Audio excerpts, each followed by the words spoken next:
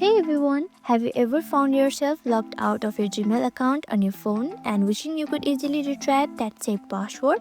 Well, you're not alone. In today's video, I'm going to show you the ultimate shortcut to view your Gmail password directly on your phone. Let's get started. First, open your Settings app.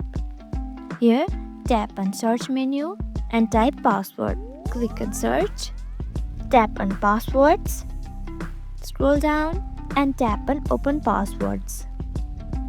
Once you open it, tap on All and here tap on Google.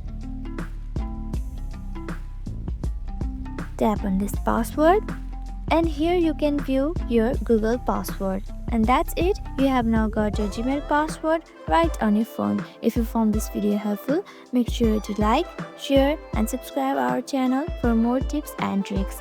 Thank you for watching and I'll see you in the next video.